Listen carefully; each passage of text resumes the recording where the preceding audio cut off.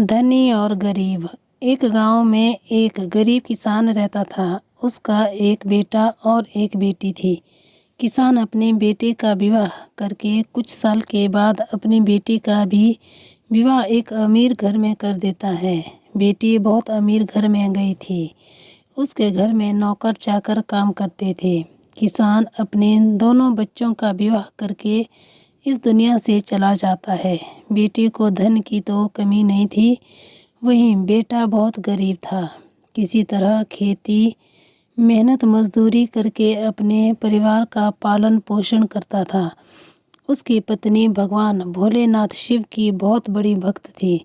गरीब होने के बाद भी वह भगवान से कोई शिकायत नहीं करती थी। वह थोड़े में ही गुजारा कर लेती और अपने परिवार के साथ खुशी से रहती थी। वहीं उसके पति की बहन धन ज़्यादा होने के कारण घमंडी थी।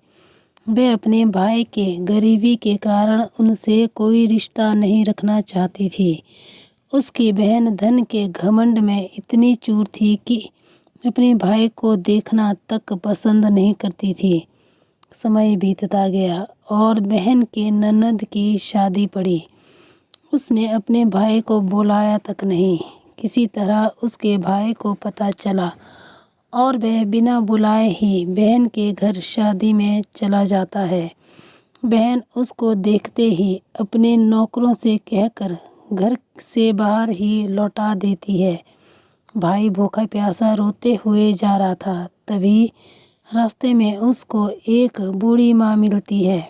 उन्होंने उस भाई से पूछा, बेटा क्यों रो रहे हो इतने में वह अपनी सारी दुखदाई कहानी बताता है। बूढ़ी माता ने उसे समझाकर चुप होने को कहती है। बूढ़ी माता जी गरीब किसान के बेटा से कहती है कि यहीं पास में मेरा बगीचा है, चलो कुछ खा के आराम कर लो। दोनों बगीचे में जाके तरबूज खाते हैं। फिर बूढ़ी माता ने एक थैले में तरबूज और कुछ खाने पीने का सामान रख के उसे वहाँ से घर भेजती है। घर पहुँचने के बाद बच्चे सब अपने पिता के आगे पीछे घूमते हैं। उसकी पत्नी अंदर से पानी लेकर आती है और तुरंत थैला हाथ से लेकर देखने लगती है कि मेरी ननद क्या दी है। बेचारा भाई वहाँ से चला जाता है। उसकी पत्नी जैसे ही उस तरबूज को काटती है खाने के लिए, उसमें बीज के जगह हीरे मोती चमक रहे होते हैं। वह बहुत खुश होती है देखकर। फिर अपने पति के पास जाकर कहती है कि दीदी को हमारी गरीबी देखा नहीं गया है, इसलिए इतने सारे धन दी है। बेचारा किसान भाई सोच में पड़ जाता है और किसी से कुछ कहता नहीं है। अब बेचारा भाई भी बहुत धनी और पैसे वाला हो गया। भाई के अमीर होने की खबर धन के घमंड में चूर रहने वाली बहन को पता चला और वह बिन बुलाए अपने मायके यानी भाई के घर आती है। ये देखकर भाई मन में सोचता है कि जब मेरे पास धन नहीं था तो बहन मुझे देखना तक नहीं चाहती थी। फिर भी वह और उसकी पत्नी उसका आदर सत्कार करते हैं। कुछ दिन के बाद बहन को ससुराल से बुलावा आया। उसके भाई और भाभी अच्छे कपड़े, मिठाई, कुछ उपहार देकर विदा किया। इतना सब देखकर उसकी बहन के आंखों में आंसू आ जाते हैं।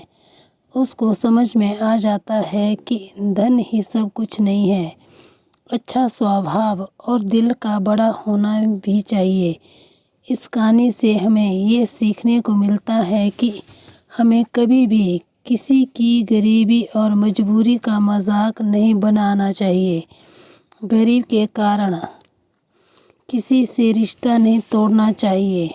समय कब कैसा करवट ले लेती है कि गरीब अमीर और अमीर गरीब हो जाता है। इसलिए सभी के साथ आदर सत्कार और प्रेम से रहना चाहिए।